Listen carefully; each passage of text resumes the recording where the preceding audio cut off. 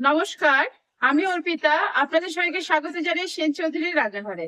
আজ আমি আপনাদের সঙ্গে শেয়ার করব মুরগির মাংসের একটি খুবই সহজ রেসিপি। চলুন রান্নাটা শুরু করা যাক। দেখুন, প্রথমে আমি একটা মিক্সিং জার নিয়ে নিয়েছি। আমি 700 গ্রাম মতো মাংস রান্না করব, তাই এখানে আমি বড় সাইজের আড়াইটা মতো পেঁয়াজ নিয়েছি। মিক্সিং জারের মধ্যে আমি পেঁয়াজগুলো দিয়ে দিলাম, আর এখানে আমি দিয়ে দিচ্ছি আদা। এখানে আদা রসুন আছে প্রায় এরকম এরকম মাঝারি সাইজের কোয়া, 15 থেকে 20 কোয়া মতো রসুন আছে, আর আদা আছে প্রায় 1.5 আঙুল মতো। সমস্তটা দিয়ে দিলাম। দেখুন, দিয়ে দিলাম একটা বড় সাইজের টমেটো। দেখুন, এটা আমি একটা মিহি পেস্ট করে নিই, তারপর আবার আপনাদের সঙ্গে আমার কথা হচ্ছে। দেখুন, মশলাটা আমি একটা মিহি পেস্ট করে নিলাম। এবার চিকেনটা নিয়ে নিয়েছি। চিকেনের মধ্যে প্রথমে মশলাটা আমি দিয়ে দেবো, পুরো মশলাটা। দেখুন, মশলাটা এখানে আমি বেটে দিয়ে দিয়েছি। এবার একে একে গুঁড়ো মশলাগুলোও দিয়ে দেবো। হলুদ পরিমাণ মতো। এখানে জিরে গুঁড়ো আমি 700 গ্রাম মাংস ব্যবহার করছি, 2 টেবিল স্পুন মতো জিরে গুঁড়ো। ধনে গুঁড়ো ব্যবহার করছি আমি 1.5 টেবিল স্পুন মতো। কাশ্মীরি লঙ্কার গুঁড়ো পরিমাণ মতো, আপনাদের যার যেরকম পছন্দ সেরকম দেবেন। দিয়ে দিচ্ছি গোলমরিচের গুঁড়ো, সেটাও আপনাদের যার যার পছন্দ সেই অনুযায়ী দেবেন গোলমরিচের গুঁড়োটা। আর দিয়ে দেবো আমি এখানে নুন। নুন স্বাদ অনুসারে দেবেন। আমি যেহেতু মাংসের ঝোল করব একদম, সেজন্য আমি একটু নুনটা দিয়ে দিই। অন্যদিকে কিন্তু আমি কড়াইটা বসিয়ে দিয়েছি। কড়াইটাতে বসিয়ে তেলটা গরম করতে দিয়ে দিয়েছি।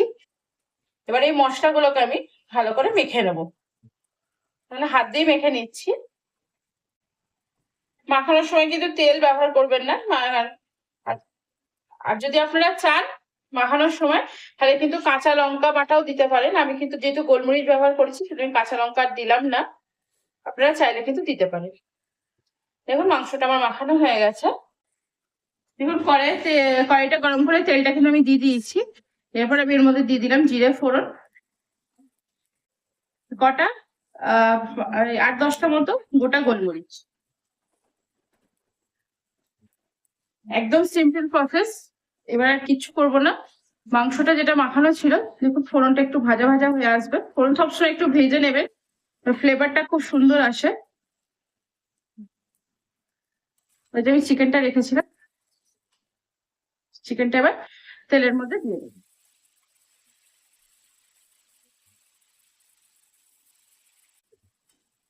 দেখুন, তেলের মধ্যে চিকেনটা দিয়ে এবার ভালো করে আমি নেড়ে দিচ্ছি। এখানে কিন্তু তেলটা আমি ইউজ করেছি 3 টেবিল স্পুন মতো, পুরো 3 টেবিল স্পুন মতো আমি তেল দিয়েছি।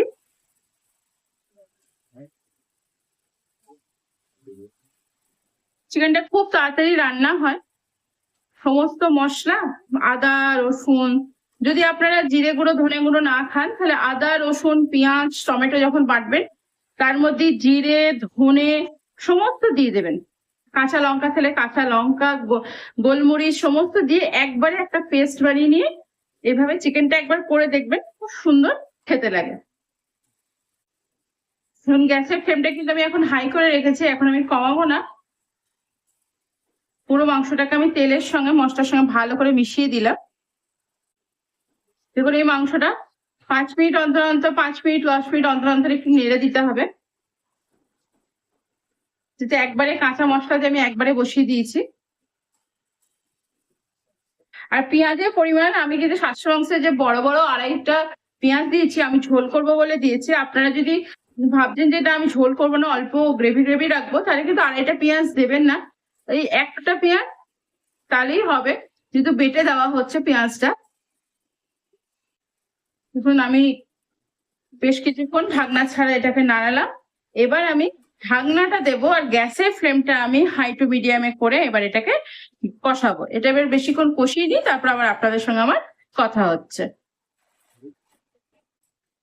দেখুন, চিকেনটা আমি প্রায় 15 মিনিট পর আপনাদের সঙ্গে আবার আমি দেখাচ্ছি। চিকেনটা মাঝখানে আমি একবার শুধু নেড়ে দিয়েছিলাম খুব ভালো করে। কি সুন্দর তেলটা ছেড়ে এসেছে। চিকেনটা কষানো কিন্তু প্রায় হয়ে এসেছে, পুরো হয়নি, এখন আরেকটু কষবে চিকেনটা। দেখুন এবার আমি চিকেনের মধ্যে দিয়ে দিচ্ছি অল্প পরিমাণ চিকেন মশলা। চিকেন মশলা দিয়ে আবার একবার কষিয়ে নেবো।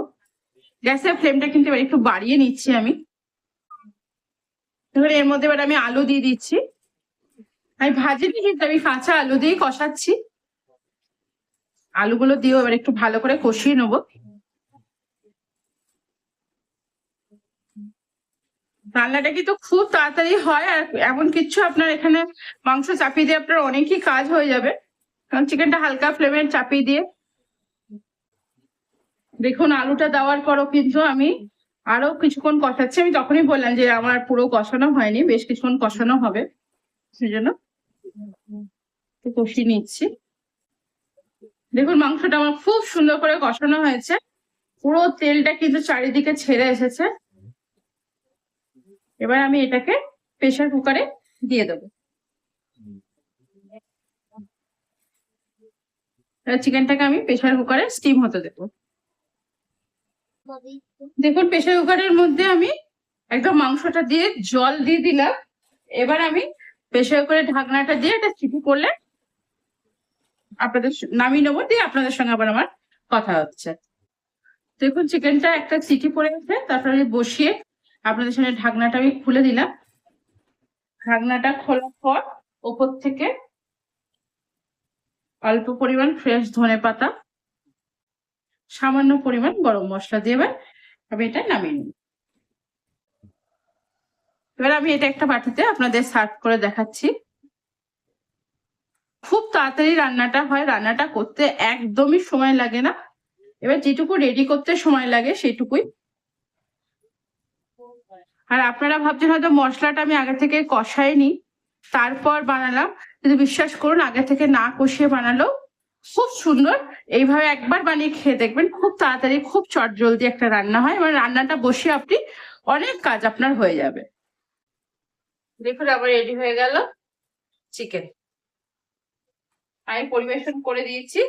অবশ্যই কিন্তু জানাবেন কেমন লাগলো। আজ আমি আপনাদের সঙ্গে শেয়ার করলাম খুবই চটজলদি একটি মুরগির মাংসের রেসিপি। আশা করি আমার রান্নাটি আপনাদের ভালো লেগেছে। আর আমি আপনাদেরকে একবার অনুরোধ করছি, প্লিজ এই চিকেনটা একবার করে দেখবেন, বা আমি যে যে রান্নাগুলো আপনাদের সঙ্গে শেয়ার করছি একবার বাড়িতে ট্রাই করে দেখবেন, ভীষণ সুন্দর খেতে হয়। আজ এখানে ভালো থাকবেন, সুস্থ থাকবেন, আনন্দে থাকবেন এবং অনেক অনেক সুখে থাকবেন। আর এটা লাস্ট একটা কথা বলি, আমি যে চিকেনটা বানালাম, চিকেনে যে আমি চিকেন মশলা ইউজ করেছি, আপনারা চাইলে ইউজ করতেও পারেন আবার নাও করতে পারেন।